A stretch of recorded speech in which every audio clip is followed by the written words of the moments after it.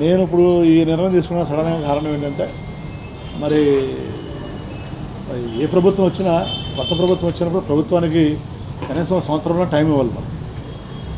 మనం సంవత్సరం కూడా టైం ఇవ్వకుండా మనం 6 నెలల నుంచే మనం వెళ్ళి మన ప్రజలను మళ్ళీ ఇబ్బంది పెడతాం, లేకపోతే నాయకులను ఇబ్బంది పెడతాం, కార్యకర్తలను ఇబ్బంది పెడతాం అనేది కరెక్ట్ కాదు అని నేను భావించి నిర్ణయం తీసుకోవడం జరిగింది.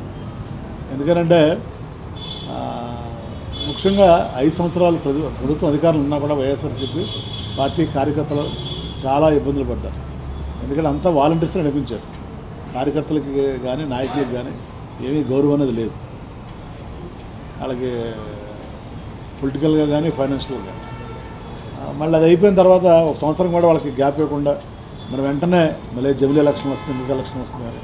ప్రభుత్వానికి టైం ఇవ్వకుండా నాయకులు కార్యకర్తలు నలిగిపోయి ఉన్నారు. మళ్ళీ వాళ్ళకు కూడా మనం టైం ఇవ్వకుండా మళ్ళీ రేపటి నుంచి మనం ధర్నాలు చేయండి అని చెప్పడం ఎంతవరకు కరెక్ట్.